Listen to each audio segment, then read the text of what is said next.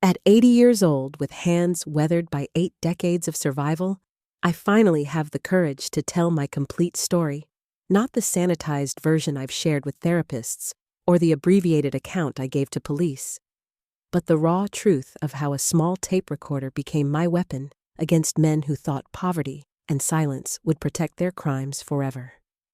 My name is Sarah Mitchell, and I survived the worst that mid-century America could inflict on a girl child born into violence and abandonment.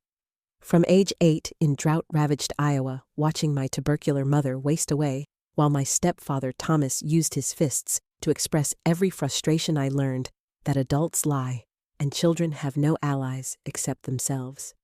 The first clue that Thomas wasn't my real father came from my dying mother's delirious whispers about the man before words I didn't understand, until I found love letters hidden in our kitchen drawer.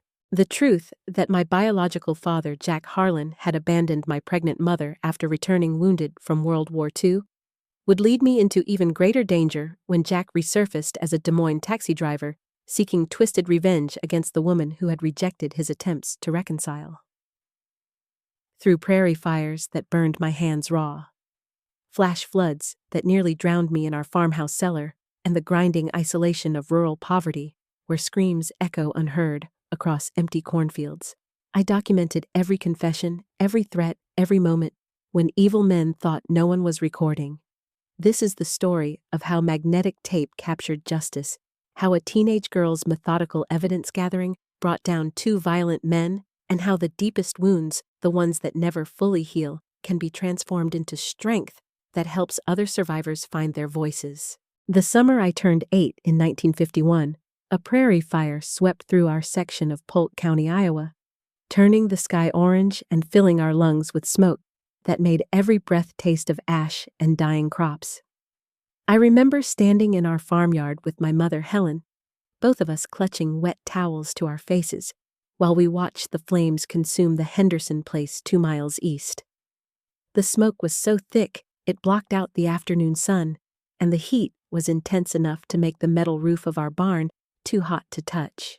Thomas had been fighting the fire for 6 hours with a crew of volunteer farmers using shovels and wet sacks to beat down flames that jumped from field to field faster than a running horse. When he finally came home, his face was black with soot, and his clothes were singed with holes where sparks had landed. His eyes were red-rimmed and wild, and he smelled of smoke and whiskey, the bottle he kept hidden in the fire truck for medicinal purposes. "Lost 3 acres of corn," he said, throwing his shovel down so hard it dented the wooden porch step. "Insurance won't cover a damn thing because they're calling it an act of God." I was sitting on our front steps trying to get the smoke smell out of my hair with a wet rag when he noticed the overturned water bucket beside me. I had been carrying it to fill our emergency barrels when a burning ember landed on my arm, causing me to drop the bucket and spill precious water across the dry earth. The pain from the ember burn was sharp and immediate, a quarter-sized blister that would weep clear fluid for days and leave a permanent scar on my forearm. But Thomas saw only the wasted water, and in his exhausted, alcohol-fueled rage, that small accident became the target for all his frustration about the fire, the drought, and our grinding poverty. "You stupid girl!" His voice cracked with exhaustion and fury. "We ain't got water to waste, and you're playing games while our crops burn." The beating that followed was swift and methodical. His belt cracked across my shoulders 5 times each strike, leaving a red welt that would darken to purple by morning. The leather was still warm from the fire, and it raised blisters on top of the burn from the ember. I bit down on my tongue to keep from crying out, tasting blood mixed with the ash that coated everything. When it was over, I lay curled on the porch while Thomas went inside to find his bottle. My mother came out with a jar of lard to spread on the belt marks, her own hands shaking from the tuberculosis that was slowly killing her. She was too weak to stop him, too sick to protect me, and we both knew it. "Oh, don't cry where he can see," she whispered, her voice hoarse from coughing. "It only makes him angrier." That night, lying on my corn husk mattress with fresh burns on my arm and welts across my back, I understood something that would shape every day that followed. I was completely alone in a world where violence was normal and children were expendable. The fire had taken our crops, but Thomas's rage had taken something more precious, my last shred of belief that adults were meant to protect, rather than harm the children in their care. By 1953, when I was 10, our farmhouse had become a shrine to rural poverty and slow death. The two-room structure tilted slightly to the west, where the foundation had settled unevenly, and the tar paper roof was patched with scraps of tin that created a patchwork visible from the county road. During winter storms, snow would blow through gaps in the siding, creating small drifts in the corners of our kitchen. Mother spent most days in the single bed they shared her tuberculosis, progressing to the point where climbing the 3 steps to our outhouse left her breathless and dizzy. I would sit beside her during her worst coughing fits, holding a tin basin, while she spat up blood mixed with thick yellow phlegm that smelled of infection and approaching death. The disease had hollowed her cheeks and made her brown hair fall out in clumps that I would find on her pillow each morning. "Sarah, baby," she said one afternoon as I brought her a cup of chicory coffee. We hadn't been able to afford real coffee beans in months. "There's things I need to tell you about your daddy." "About Thomas?" I asked, settling onto the wooden crate we used as a bedside table. She shook her head, wincing as the movement triggered another coughing fit. "Not Thomas? About the man before him. Your real daddy." This was the first time she had ever mentioned that Thomas wasn't my biological father, though I had sometimes wondered why I looked nothing like him. Where Thomas was thick and dark-haired, I was thin and fair. Where his hands were broad and scarred from farm work, mine were narrow with long fingers that Mother said were piano-playing hands, even though we'd never owned a piano. "He was a good man who got broken by the war." She continued, her voice barely above a whisper. "Had to leave us because he couldn't handle being a family man with all the damage in his head. Don't blame him for it, sugar. Some wounds don't heal right."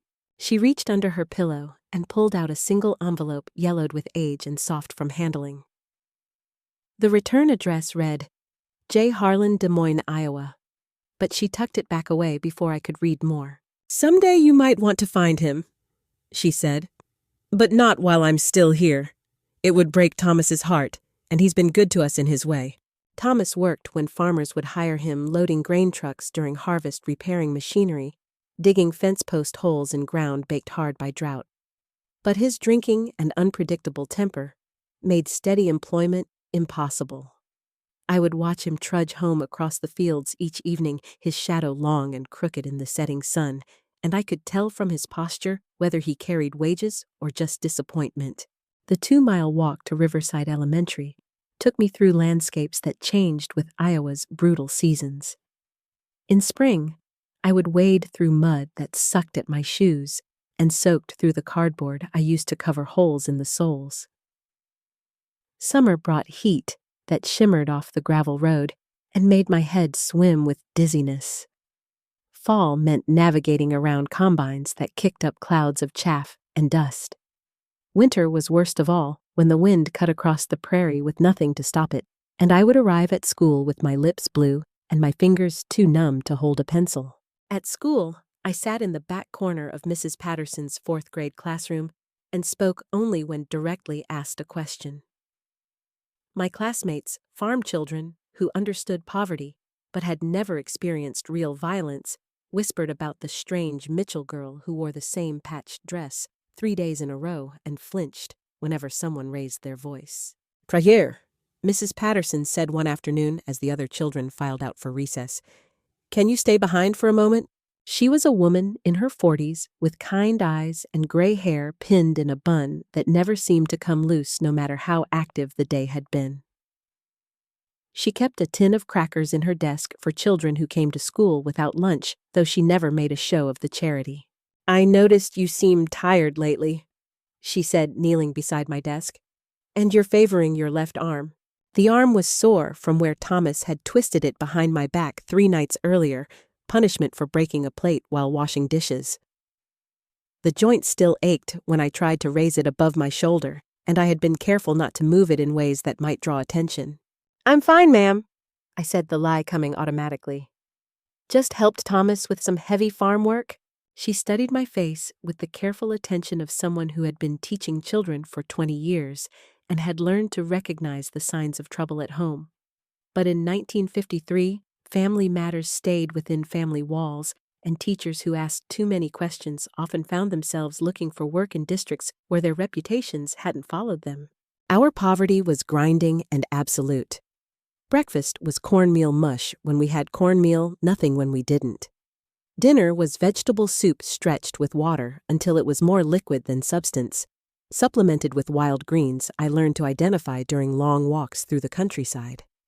I grew skilled at ignoring the hollow ache in my stomach, at focusing on schoolwork, while hunger made my vision blur and my hands shake. The outhouse behind our home was a two-holer that Thomas had dug too shallow, so it filled with groundwater during spring rains and froze solid during winter cold snaps. I learned to time my bodily functions around weather patterns, holding everything as long as possible when conditions made the outhouse unusable. But it was the isolation that hurt most deeply. Our nearest neighbors lived over a mile away, across empty fields, too far to hear screams or witness the violence that flourished in the silence behind our sagging walls. Thomas ruled our small world with fists and fear, while Mother grew weaker each day, her authority diminished by disease and desperation. Mother died on a March morning in 1955 when I was 12, and the Iowa wind was howling across the prairie with enough force to rattle our windows in their frames. The tuberculosis had eaten away at her lungs until each breath was a visible struggle, her chest rising and falling in jerky movements that made wet, rattling sounds I could hear from across the room. I was holding her hand when she passed her fingers cold and papery against my palm, when she whispered her final words. "The letters are in the kitchen drawer behind the dish towels. Read them when you're older. Understand why I loved him." The funeral was held at the Methodist church in town, where Reverend Mackenzie spoke about eternal rest and God's mercy to a congregation of fewer than 20 people. Mother's coffin was pine boards nailed together by the church handyman, paid for by the benevolence fund because we had no money for proper burial expenses. The cemetery was muddy from spring rains, and I watched them lower her into a grave that immediately began filling with groundwater. Thomas stood beside me during the service, with his hand gripping my shoulder hard enough to leave finger-shaped bruises. His face was set in lines of grief and rage that had no healthy outlet except the whiskey bottle hidden in his coat pocket. I could smell the alcohol on his breath, even over the spring flowers that church ladies had placed around the coffin. "She's gone," he said as we walked back to his pickup truck, his voice flat and emotionless. "Now it's just you and me." That night, alone in our house, with the wind whistling through gaps in the walls, something fundamental changed in Thomas's treatment of me. The violence that had always been present took on a new dimension, crossing boundaries that even his drunken brutality had previously respected. I was lying in my narrow bed, trying to read one of Mother's old books by the light of a kerosene lamp, when Thomas appeared in the doorway. His bulk filled the frame completely, and he swayed slightly on his feet from the whiskey he'd been drinking since we returned from the cemetery. There was something different in his eyes, not just the familiar anger, but a desperate hunger that made my skin crawl with instinctive fear. "You look just like her," he said, his voice thick with alcohol and grief. "Same hair, same eyes, same way of tilting your head when you're thinking." He sat heavily on the edge of my bed, making the corn husk mattress creak and sag under his weight. His hand reached out to touch my face, and his fingers were rough with calluses and warm with fever from drinking. She never loved me the way she loved him. He continued talking more to himself than to me. 20 years I took care of her, and she still had his letters hidden away like precious things. What happened next was violent and swift, my 12-year-old body completely unprepared for the weight and strength of a grown man driven by grief and alcohol. The pain was sharp and centered in places that had never hurt before, radiating outward until every nerve seemed to scream in protest. I bit down on the pillowcase to keep from crying out, tasting cotton, and my own blood where I'd bitten my tongue. When it was over, Thomas stumbled back to his own room without looking at me, leaving behind the smell of his sweat and the terrible knowledge that my childhood had ended as abruptly as Mother's life. I lay in the darkness with tears mixing with blood on my thighs, understanding that I was now completely alone in a world that had no protection for girl children born into poverty and violence. The next morning, I found blood on my nightgown and discovered that walking had become difficult and painful. Thomas sat at our kitchen table drinking black coffee, his eyes avoiding mine, while his hands shook with either hangover or shame. I couldn't tell which, and it didn't matter. "This stays between us," he said quietly, his voice hoarse from whiskey and cigarettes. "Ain't nobody's business what happens in this house. You understand me?" I nodded, knowing that my silence had been purchased with violence and would be maintained through fear. At 12 years old, I had learned that adults could hurt children in ways that left no visible bruises, and that the law existed primarily to protect those with money and social standing categories that would never include a dirt-poor farm girl in 1955 Iowa. By 14 in 1957, the abuse had settled into a routine as predictable as the changing seasons, and just as impossible to escape. Thomas would drink himself into rage on Friday and Saturday nights when the week's disappointments reached their peak, and then he would come to my room. Sometimes he would lock me in the root cellar first, letting me sit in the darkness with the rats and spiders while he built up his courage with more whiskey. The cellar was carved into the hillside behind our house, its walls lined with stones that wept moisture during spring rains and froze solid during winter. Mason jars of preserved vegetables lined wooden shelves that sagged under their weight, and mice had built nests in the corners where they left droppings that smelled of decay and disease. One October night, when the first hard freeze had killed the last of the garden vegetables, a gas leak from our old propane tank filled the cellar with fumes that made my head spin and my stomach lurch with nausea. Thomas had forgotten I was down there after passing out drunk at the kitchen table, and I spent 8 hours breathing air that tasted of rotten eggs and made my vision blur with approaching unconsciousness. When I finally pounded hard enough on the wooden door to wake him, he found me collapsed at the bottom of the stairs, my lips blue and my breathing shallow. Instead of taking me to the doctor, he dragged me outside and threw well water on my face until I regained consciousness, then threatened to beat me if I told anyone what had happened. "You were playing where you shouldn't have been," he said, his voice still slurred with sleep and alcohol. "That's what we'll tell folks if anyone asks questions."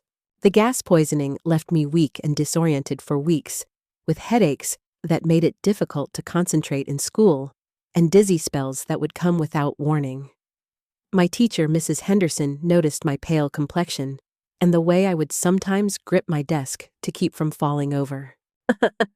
"Sarah, you look peaked," she said one afternoon as I struggled to focus on my arithmetic lesson. "Are you getting enough to eat at home?" The question was loaded with implications that we both understood but couldn't address directly. In rural Iowa during the 1950s, family troubles were handled privately, and teachers who interfered in domestic matters could find themselves without jobs. "Yes, ma'am," I lied, though we both knew the truth. "Thomas feeds me just fine." At home, the isolation was complete and suffocating. Our nearest neighbors lived beyond shouting distance across empty fields, and the county road that passed our house carried so little traffic that days could go by without a single car. When Thomas hurt me, my screams echoed across the prairie without reaching human ears. I began walking the railroad tracks that ran parallel to our property, following them east toward town when I needed to escape the house. The rails were owned by the Chicago and Northwestern Railway, and freight trains would pass twice daily, their whistles audible from miles away across the flat landscape. I learned to recognize the different engine sounds and would time my walks to avoid the trains, though sometimes I would place pennies on the rails and return later to find them flattened into copper wafers by the weight of the locomotives. One November afternoon, as I walked the tracks during a snowstorm that limited visibility to less than 50 feet, I heard the whistle of an approaching freight train, but couldn't tell which direction it was coming from. The snow muffled sound and made the steel rails impossible to see clearly, and I found myself running blindly through knee-deep drifts while the train bore down on me. I threw myself into the drainage ditch beside the tracks, just as the locomotive thundered past its headlight, cutting through the storm like a yellow eye. The engineer never saw me, and the train disappeared into the swirling snow without slowing. I lay in the ditch for 20 minutes, shaking from cold and terror, understanding how close I had come to ending my troubles permanently. But survival meant more than avoiding trains and gas leaks. It meant learning to endure Thomas's visits to my room, to disconnect my mind from what was happening to my body, to heal from injuries without medical attention, because doctors cost money we didn't have and asked questions we couldn't answer. I began stealing food from Kowalski's general store in town, slipping crackers and penny candy into my coat pockets, while old Mr. Kowalski counted change for other customers. The theft made me sick with guilt, because I had been raised to believe that stealing was a sin, but hunger was a more immediate concern than morality. I ate the stolen food while hiding in abandoned farm buildings, savoring each crumb while watching the horizon for Thomas's truck. At 15, in 1958, I found work at Murphy's Diner on Highway 30 washing dishes in a kitchen that reeked of bacon grease and cigarette smoke, from truckers who ate pie for breakfast and drank coffee strong enough to dissolve spoons. The job paid 50 cents an hour, money I desperately needed for food, and the small necessities that made survival possible: soap that didn't burn my skin, raw shoes without holes that let in rain and snow, a coat thick enough to stop the Iowa wind. Mrs. Murphy was a thick-waisted woman in her 50s who had been feeding hungry men since before World War II ended. She noticed immediately that I was too thin and ate like someone who had been starved, often slipping me leftover biscuits and soup when she thought no one was looking. "Child, you're nothing but skin and bones," she said one evening as I scraped plates into the garbage can. "That stepfather of yours feeding you proper—" "Yes, ma'am," I lied automatically. "Thomas takes real good care of me." But Mrs. Murphy had raised 4 children during the Depression and knew the signs of neglect when she saw them. She began packing extra food in paper sacks, claiming it would just spoil if it sits around, though we both knew she was cutting into her own profits to feed me. The 4-mile walk to and from work took me through landscapes that changed with Iowa's punishing weather. In summer, heat waves shimmered off the blacktop and made my head swim with dizziness. During winter storms, I would arrive at work with my lips blue and my hands too numb to hold the dish towels. One February morning, the temperature dropped to 20 below zero, and I suffered frostbite on 3 toes that turned black and didn't heal properly for months. It was at Murphy's that I met Rose Kowalski, the general store owner's daughter, who worked the evening shift serving coffee to farmers and truckers. Rose was 19 with auburn hair and green eyes that missed nothing, and she had graduated high school the previous spring with plans to attend secretarial school in Cedar Rapids. "You got the look of someone carrying too much weight for your age," she said one evening as we cleaned up after the dinner rush. "Want to talk about it?" Rose became my first real friend, the only person who treated me like a human being, rather than a problem to be solved or ignored. She brought me books from her personal collection, mysteries and romance novels that transported me beyond the harsh realities of Thomas's farm. She taught me to style my hair in ways that made me look older and more sophisticated, and she shared makeup techniques that could hide bruises when they appeared in visible places. "Every girl needs allies," she said one evening as she showed me how to use powder to cover a black eye Thomas had given me the night before. "And sometimes those allies need to be creative about helping." One evening in March, as we walked together toward the county road where our paths diverged, Rose stopped and pulled something from her canvas bag. It was a portable tape recorder about the size of a lunchbox with black metal housing and silver control knobs that gleamed in the fading daylight. "This belonged to my cousin in Chicago," She explained, showing me how to thread the tape and adjust the recording levels. She used it for taking dictation at her secretarial job, but she got promoted and doesn't need it anymore. Rose never said directly why she was giving me the recorder, but we both understood its implications.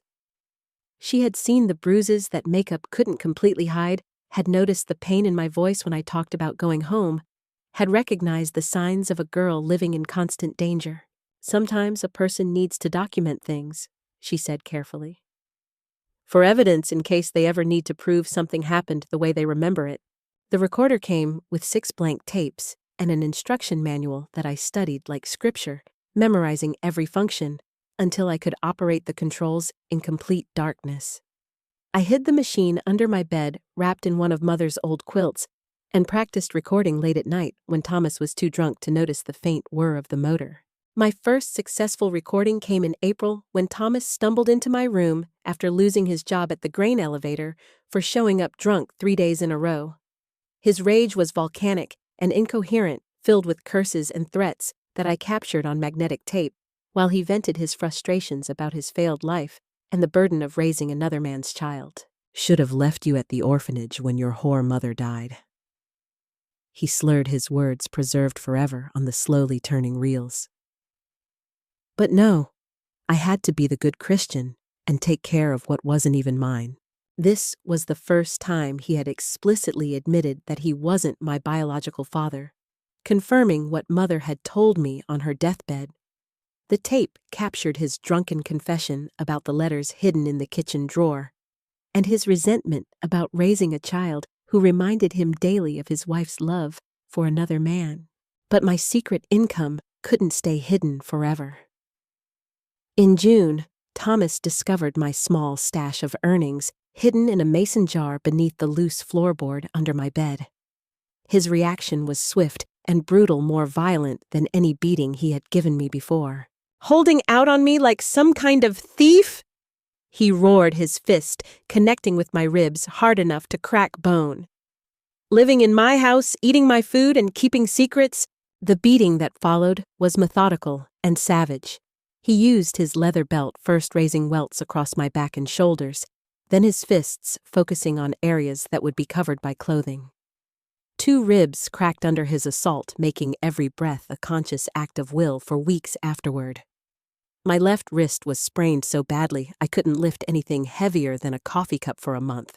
"You tell anybody about this and I'll kill you," he said as I lay curled on the floor of my room. Nobody would miss one more runaway farm girl. I missed 12 days of work, telling Mrs. Murphy and Rose that I had influenza, a lie that convinced no one but allowed everyone to maintain the fiction that kept me employed. The lost wages meant we fell behind on our electricity bill, and for 6 weeks we lived by kerosene lamps and candles while Thomas cursed the power company and everyone else he blamed for our poverty. The devastating truth came to light on a sweltering August evening in 1959, when I was 16 and the corn stood 8 feet tall in fields that stretched to the horizon like a green ocean. The temperature had reached 102 degrees that afternoon, and even after sunset, the air remained thick and oppressive, making every breath feel like drowning. Thomas had been drinking since noon, working his way through a bottle of corn whiskey, while sitting in the shade of our front porch, his shirt soaked with sweat, and his eyes growing meaner with each empty glass. When I returned from my shift at Murphy's Diner, my own clothes damp with perspiration and dishwater, he was waiting with the particular look that meant trouble was coming. "Found something interesting today?" he said, holding up a yellowed envelope I recognized immediately. It was one of Mother's hidden letters, the ones she had told me about on her deathbed, but that I had never worked up the courage to read. "Been going through Helen's things, figuring it was time to clear out the last of her junk." He continued, his words slightly slurred, but his meaning crystal clear. "Turns out your sainted mother kept more secrets than I knew about." He dumped the contents of an old hat box onto our kitchen table, a dozen letters tied with faded ribbon, along with a single photograph that made my heart stop beating. The picture showed Mother as a young woman, maybe 20 years old, standing beside a man in military uniform. She was smiling with genuine happiness, her hand resting on his arm, with casual intimacy that spoke of deep affection. "That's your real daddy," Thomas said with bitter satisfaction. Jack Harlan, fresh home from killing Germans in France. War hero according to these letters. Real romantic fellow when he wanted to be. I picked up the photograph with trembling hands, studying the face of the man who had given me life, and then abandoned me before I was born. He was tall and lean with dark hair and eyes that looked directly at the camera with confident ease. The resemblance was unmistakable, the same narrow face, the same long fingers, the same way of standing with weight shifted slightly to one side. "So sure?" "Read them," Thomas commanded, gesturing toward the letters. "Read about how much your mama loved the man who left her pregnant and alone." The letters revealed a story of wartime romance and post-war disillusionment that explained everything I had never understood about my childhood. Jack Harlan had met my mother at a USO dance in Des Moines in 1942, just before his unit shipped out to Europe. Their courtship had been brief and intense, conducted mostly through letters while he fought his way across France and Germany. "My dearest Helen." One letter began dated March 1943 from somewhere in France. "Got your letter about the baby today. Can't say I wasn't hoping for news like this. When this war is over, I'm coming home to marry you and be a proper father to our child." But the tone changed dramatically in later letters, written after he had been wounded during the Battle of the Bulge in late 1944. Shrapnel in his left leg had left him with a permanent limp and chronic pain that required increasing amounts of alcohol to manage. More damaging were the psychological wounds that weren't visible but ran deeper than any physical injury. "Helen, I'm not the same man who left you," he wrote in February 1945. "The things I've seen, the things I've done, they've changed me in ways I can't explain. Some nights I wake up screaming, thinking I'm still in that foxhole outside Bastogne. I don't think I'm fit to be anyone's husband or father." The final letter, dated April 1945, was devastating in its brutal honesty. "Helen, I heard through mutual friends that you're showing now that people in town are talking about the baby. I wish I could come home and do right by you both, but I can't. The doctors say my leg will never heal properly, and the nightmares just keep getting worse. You deserve better than a broken-down soldier who jumps at loud noises and drinks himself to sleep every night. Thomas Mitchell is a good man who can provide for you and the baby. Marry him. Forget about me. Tell the child its daddy tried to do right but just wasn't strong enough. Jack." I sat at the kitchen table with the letters spread before me like evidence at a crime scene, understanding finally why Thomas's abuse had always felt so personal and vindictive.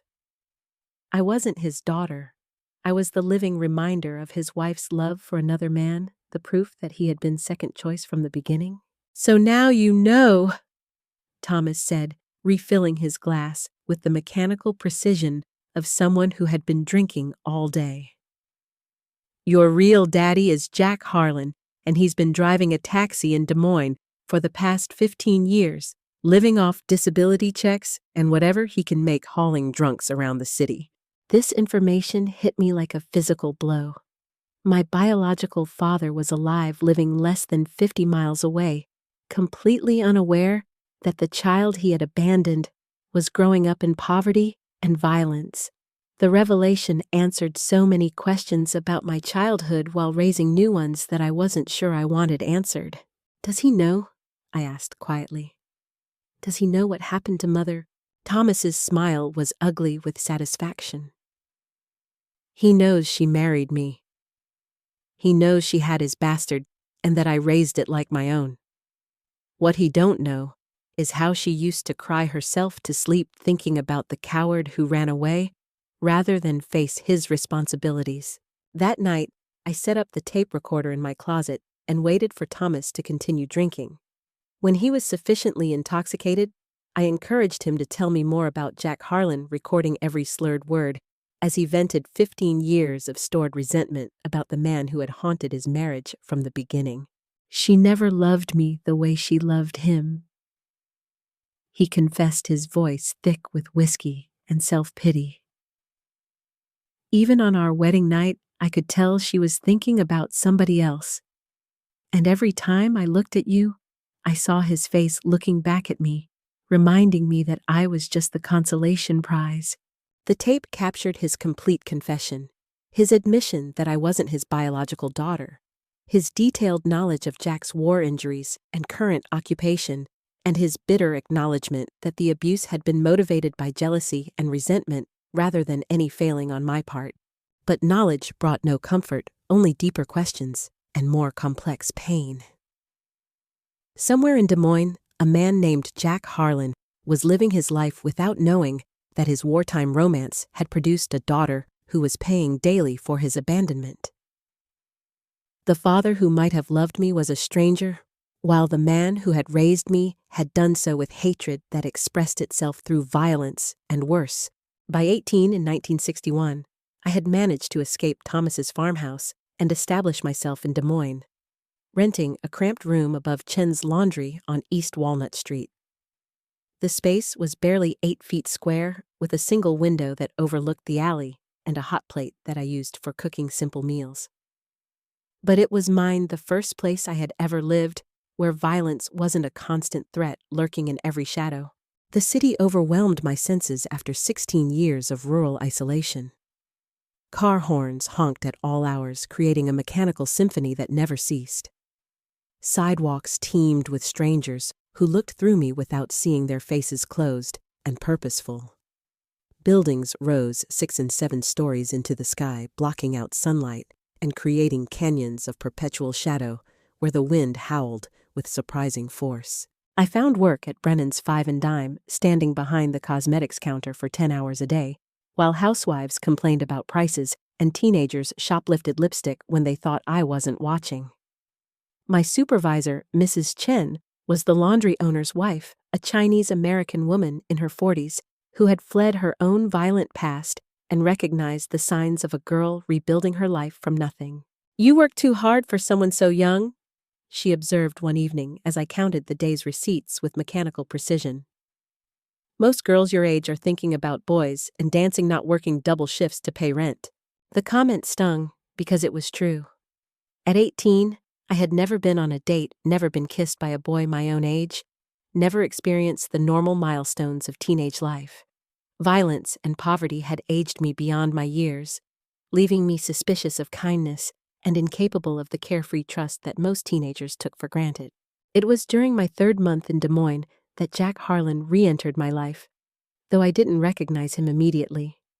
He drove one of the 8 taxis that served the downtown area, a yellow Chevrolet with dented fenders and a cracked windshield that caught streetlight like broken glass. The first time I saw him, he was parked outside Brennan's on a rainy Thursday evening, smoking a cigarette while waiting for a fare.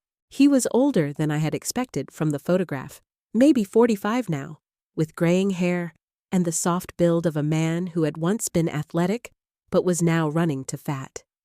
His left leg was visibly stiff when he climbed out of the cab, and he favored it in a way that spoke of old pain that never fully healed. When he looked at me through the store window, there was something familiar in his expression.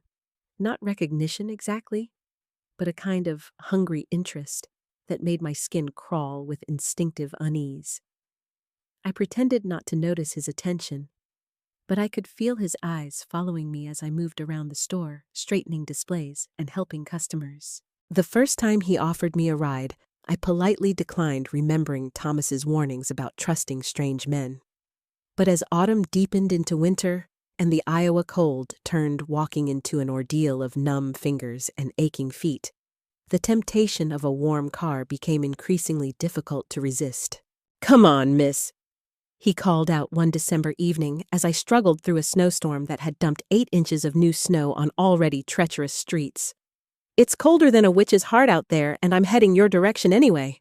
Against my better judgment, I accepted the ride, settling into the back seat of his taxi, while grateful warmth thawed my frozen face and hands. The interior smelled of cigarettes and coffee, and something else, a mixture of aftershave and sweat, that reminded me uncomfortably of Thomas's smell after he had been drinking. "Name's Jack," he said, adjusting his rearview mirror to get a better look at me. Jack Harlan, I've seen you at Brennan's before. You worked there long. The name sent electricity through my entire body, confirming what some deep instinct had already suspected. This was my biological father, the man whose abandonment had shaped every day of my life, whose letters I still kept hidden in my room like evidence of some unsolved crime. Up close, the resemblance was unmistakable. The same narrow face, the same dark eyes, the same long fingers that gripped the steering wheel with unconscious tension. Sarah, I managed to say. Sarah Mitchell. If the name meant anything to him, he didn't show it immediately. We rode in silence through the city streets, past shops closing for the evening, and workers hurrying home to families who expected them. But I could feel him watching me in the mirror, his eyes studying my face with growing intensity. You remind me of someone, he said as we pulled up in front of my building. Someone I used to know a long time ago. The rides became regular over the following weeks, then daily. Jack seemed to appear whenever I needed transportation, offering free trips that I accepted because my budget allowed for no alternatives and because I was desperate to understand the man who had given me life and then walked away. He was kind in a rough paternal way, asking about my work and my life with the careful attention of someone gathering information. I found myself looking forward to these encounters despite my better judgment, hungry for attention from a man who seemed interested in protecting rather than hurting me. But Jack Harlan had demons of his own, and they surfaced one evening in early February when the first major blizzard of winter had turned the city streets into a maze of ice and abandoned cars. I had worked a 16-hour shift at Brennan's covering for a coworker who had called in sick, and I was exhausted beyond the point of good judgment when Jack pulled up outside the store. Instead of driving toward my building, he turned onto a side street that led away from downtown, past empty lots and shuttered factories where urban renewal had torn down old buildings without replacing them. The snow was falling so heavily that visibility was reduced to a few yards, and the streets were deserted except for snowplows that moved through the storm like yellow ghosts. Where are we going? I asked, though some primitive instinct was already providing the answer. Someplace quiet where we can talk. He replied, his voice different, now harder, more focused. About your mama and about things that should have been said a long time ago. He stopped the taxi in the parking lot of an abandoned grain elevator, its concrete silos rising into the storm like the towers of a ruined castle. In the confined space of the car, his bulk seemed larger and more threatening, and I realized with growing terror that he knew exactly who I was and had been planning this moment for weeks. You're Helen Morrison's girl, he said, turning in his seat to face me directly. I can see her in your face, in the way you carry yourself. She was beautiful once before life got hold of her and twisted her up inside.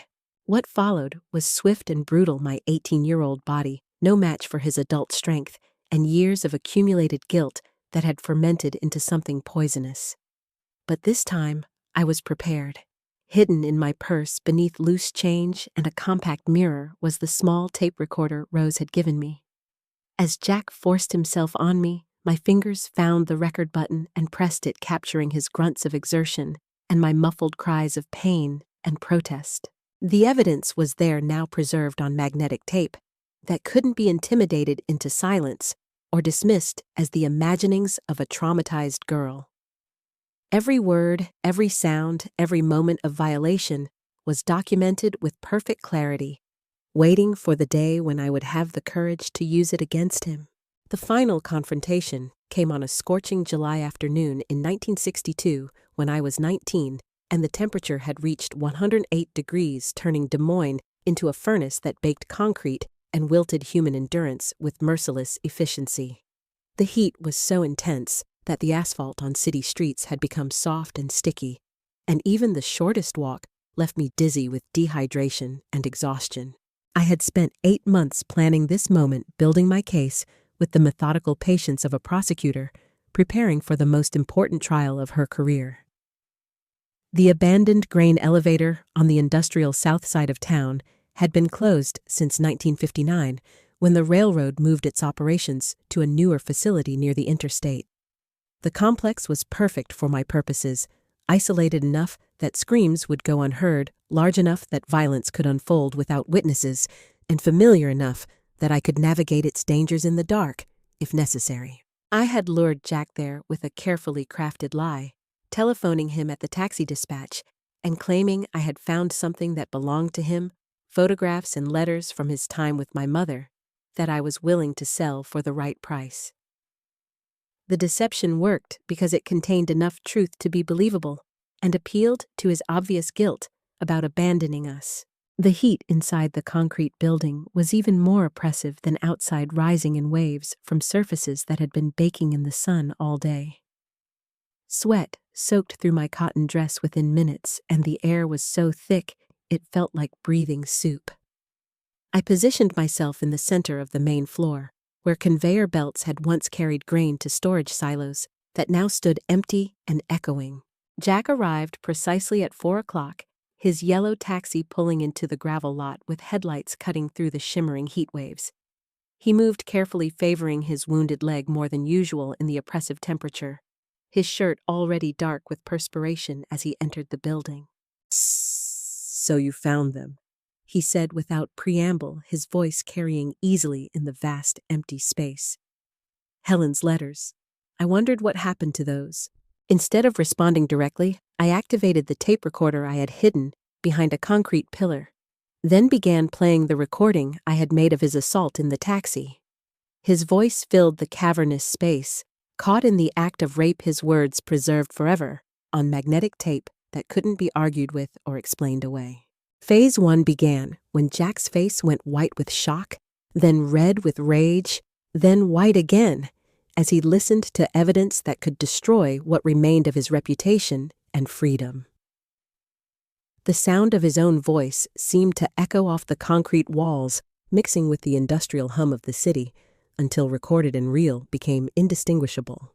"You recorded it," he whispered, and there was something that might have been admiration mixed with his terror. "Smart girl, smarter than I gave you credit for." "Why?"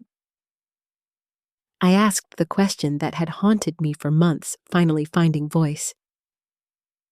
"Why did you hurt me when you knew who I was?" The answer poured out of him in a torrent of confession that I captured on a second tape, 20 years of guilt and self-hatred, finally finding expression.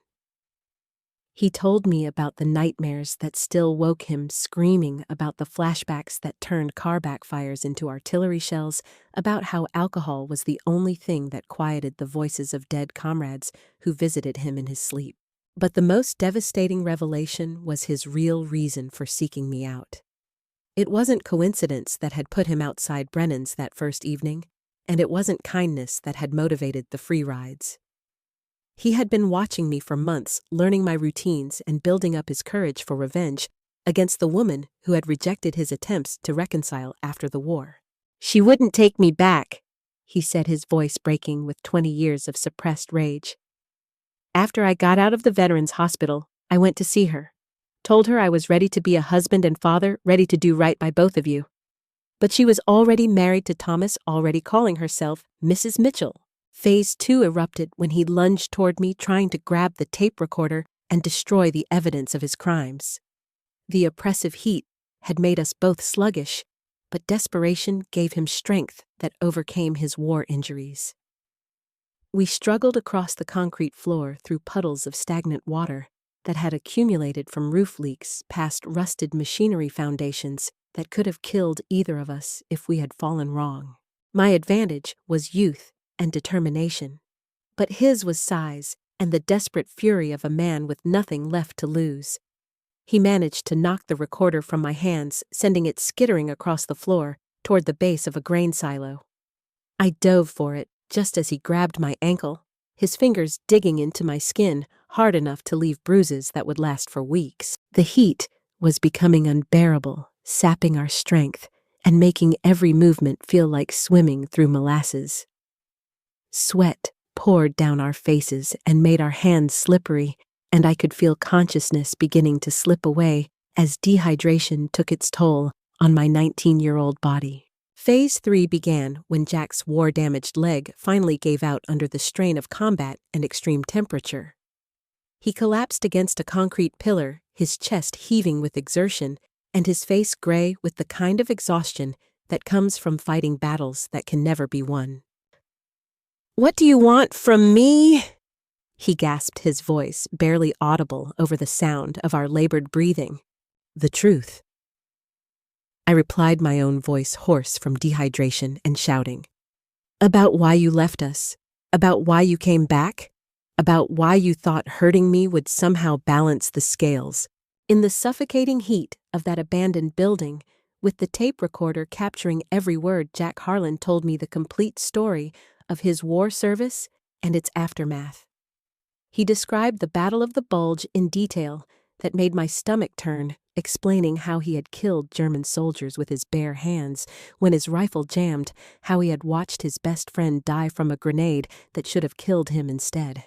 The confession continued with his return to Iowa, his failed attempts to adjust to civilian life, and his growing dependence on alcohol to silence the memories that refused to stay buried. He had tried to contact my mother multiple times during my childhood, but she had refused to see him protected by Thomas's jealous vigilance and her own determination to build a stable life. "I never meant to hurt you," he said as the sun began to set and the temperature finally started to drop. "But seeing you reminded me of everything I'd lost, everything I'd thrown away because I was too scared and too broken to do what was right." The end came not through violence, but through the simple weight of truth finally spoken aloud. Jack's confession had been complete and devastating, recorded on magnetic tape that would ensure his conviction for sexual assault. But more importantly, it had provided the answers I had sought for my entire life, explaining the abandonment that had shaped my childhood and the violence that had defined my adolescence. As darkness fell and the grain elevator cooled to merely oppressive rather than unbearable, I made a decision that would determine the rest of both our lives. The tapes would go to the police, I told him. Justice would be served through the legal system rather than through private vengeance. He would face trial and conviction, but he would also face the possibility of treatment for the war trauma that had twisted him into something cruel. The arrest happened 3 days later on a Tuesday morning when the Des Moines Register carried a small article buried on page 6 about a local taxi driver charged with sexual assault. Jack Harlan, age 46, had been taken into custody after a victim provided audio evidence of the alleged crime. He was being held without bail pending psychological evaluation at the county facility. I spent the entire day at the Des Moines Police Department, sitting in Detective Morrison's cluttered office, while he listened to my tapes and took detailed notes about the assault, my relationship to the suspect, and the circumstances that had led to the recording. Detective Morrison was a patient man in his 50s, with kind eyes and the gentle demeanor of someone who had spent 20 years listening to the worst stories human beings could tell. "These recordings are exceptional evidence," he said, rewinding one tape to replay Jack's complete confession. "Most sexual assault cases come down to one person's word against another's. You've given us documentation that makes conviction almost certain." The legal process moved with surprising speed. Jack's court-appointed attorney advised him to plead guilty in exchange for a reduced sentence, but Jack refused, insisting that he deserved whatever punishment the court saw fit to impose. The trial was scheduled for October 1962, giving me 6 months to prepare for the ordeal of testifying about the most traumatic experiences of my life. During this period, I continued working at Brennan's Five and Dime, grateful for the routine and normalcy that employment provided.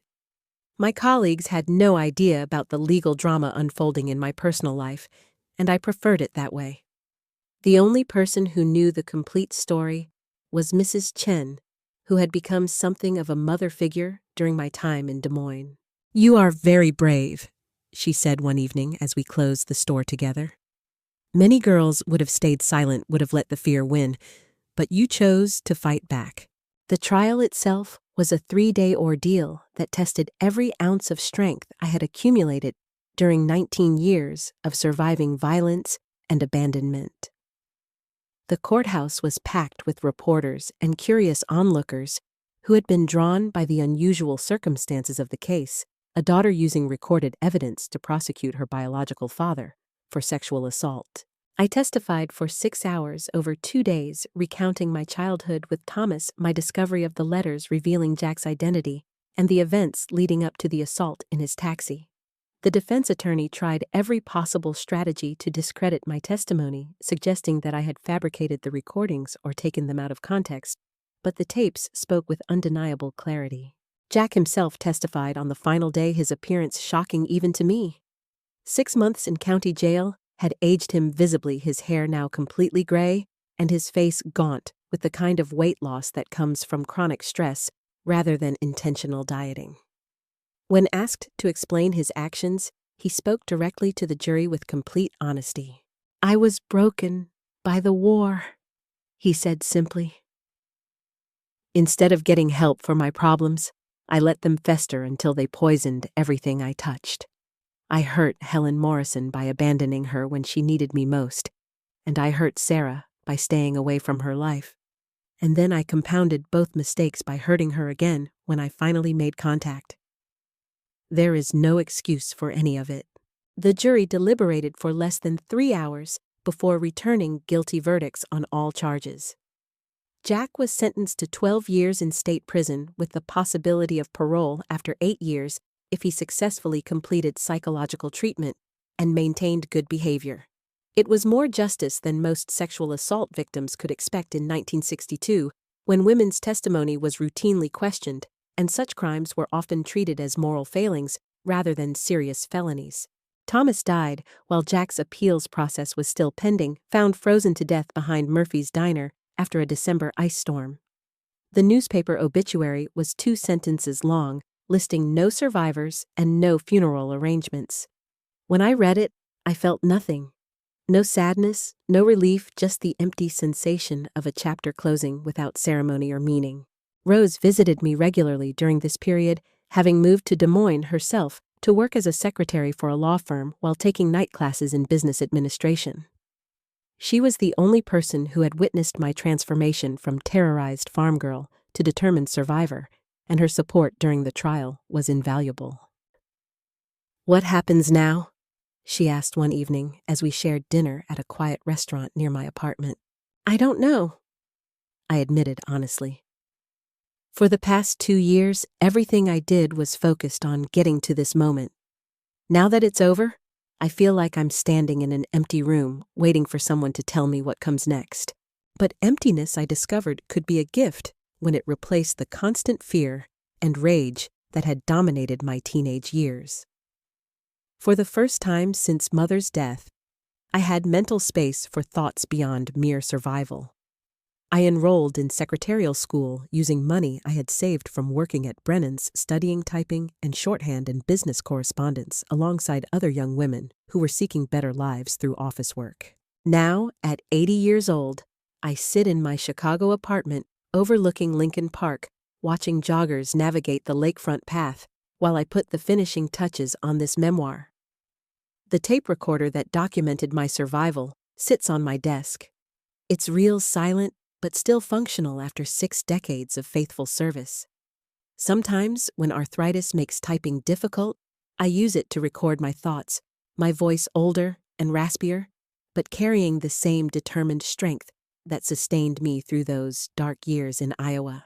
Jack Harlan died in Anamosa State Penitentiary in 1970, 8 years into his sentence, from complications related to diabetes that he had never bothered to treat properly. The prison chaplain wrote to inform me of his death, including a sealed envelope that Jack had asked him to mail after his passing. Sarah. The letter began in handwriting that shook with illness and age.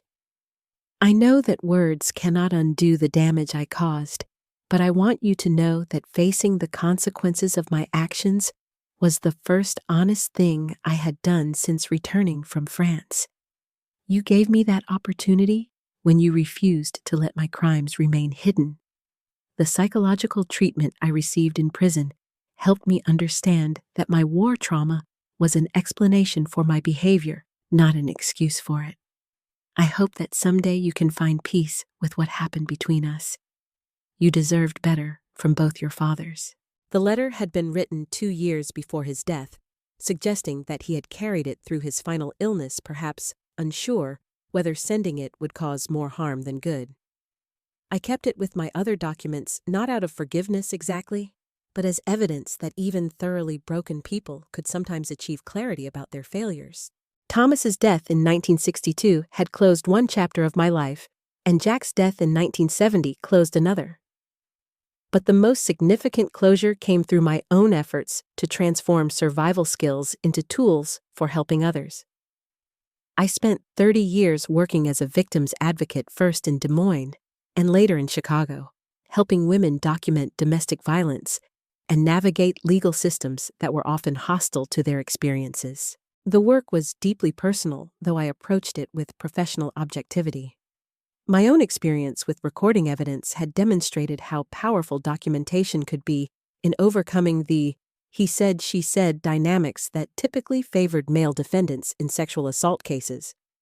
I became an expert in helping women gather evidence, safely teaching them to use the recording technology available in each decade to protect themselves and build strong legal cases. Last year, a genealogy website's DNA matching service revealed something I had never suspected. I had a half-sister named Patricia Harlan, born in 1948 to Jack, and a woman named Catherine Wells. Patricia had been searching for her father's relatives for years, following paper trails and genetic clues until she found me through the database. We met for the first time last spring in a Chicago restaurant, two elderly women sharing stories of abandonment and determination over coffee and sandwiches. Patricia's story was remarkably similar to mine. Jack had abandoned her and her mother when she was 4 years old, disappearing from their lives completely and leaving them to struggle with poverty and social stigma in an era when single motherhood was considered shameful. He never even paid child support. Patricia told me, her voice matter-of-fact rather than bitter. Mom worked 3 jobs to keep us fed and housed. I always wondered what kind of man could just walk away from his own child. Patricia had become a high school guidance counselor, dedicating her career to helping teenagers from troubled homes find stability and support. She had never married, never had children of her own, but she had influenced hundreds of young lives through her work in inner-city schools. In her, I saw the path my own life might have taken if I had received different opportunities and better guidance during my formative years. Together, we established the Helen Morrison Foundation, named for the mother who had loved Jack Harlan enough to forgive his abandonment and raise his child alone in dignity and privacy. The foundation provides recording equipment and legal support to women documenting domestic violence, along with counseling services for children who have witnessed or experienced abuse. The work feels like the natural culmination of everything I learned during those brutal years in Iowa. The hypervigilance that kept me alive in Thomas's house now helps me recognize warning signs in others. The ability to endure pain that was forced upon me as a child has become voluntary strength that I can share with women walking similar paths. My greatest surprise has been discovering how many women carry similar stories. At domestic violence conferences, where I speak playing portions of my own recordings to demonstrate the power of documentation, I am always approached by survivors who recognize something familiar in my experiences. The details vary: urban apartments instead of rural farms, different types of weapons, different forms of psychological torture, but the underlying patterns remain consistent across decades and geographic regions. How did you find the courage to fight back? Is the question I am asked most frequently. I didn't feel courageous. I always respond honestly. I felt trapped and desperate and angry. Courage was just the word other people used to describe what I did with those feelings. The tape recorder will be donated to the Smithsonian Institution when this memoir is published, where it will join other artifacts documenting women's struggles for safety and equality in 20th century America. The proceeds from the book will support the Foundation's work, ensuring that other women have access to the tools and support they need to document their experiences and seek justice. As I finish writing this memoir, I am struck by how different this ending is from the one I imagined as a terrified 8-year-old, hiding from Thomas's drunken rage. That little girl believed she was powerless and alone, that survival meant enduring whatever adults chose to inflict until death provided the only possible escape. She could never have imagined that her pain would eventually become purpose, that her testimony would help change laws, that her story would give other women the courage to break their own cycles of abuse. Last month, Patricia and I traveled back to Iowa together, visiting the sites where our shared father had caused so much damage. The farmhouse where I grew up with Thomas had been torn down decades ago, replaced by a modern agricultural facility that bore no resemblance to the house of horrors I remembered. The grain elevator where I confronted Jack had been demolished in the 1980s, the lot now occupied by a shopping center. Standing in that parking lot where Jack's taxi had once been parked, Patricia asked me the question that had been on both our minds throughout our reunion. "Do you think he ever really understood what he had done to us?" "I think he understood," I replied after careful consideration. Understanding and changing are two different things. He was too broken by his own experiences to fix what he had broken in ours. It was not forgiveness exactly, but it was acceptance. Jack Harlan had been a damaged man who had chosen to spread his damage rather than contain it. That choice had consequences that rippled through generations, but it had also created opportunities for healing and growth that might not have existed otherwise. My name is Sarah Mitchell Harlan, and this is my complete story told without shame or self-pity, documented with the same precision that once saved my life. I survived childhood violence, teenage abandonment, and young adult trauma to become a woman who refused to let evil triumph through silence. The little girl with broken bones and a bleeding heart grew up to be someone who turned pain into power and transformed survival into service. The magnetic tape that captured my truth has inspired thousands of women to capture their own. That is my legacy, not the violence I endured, but the strength I found and the tools I created for others to find their own voices in the darkness.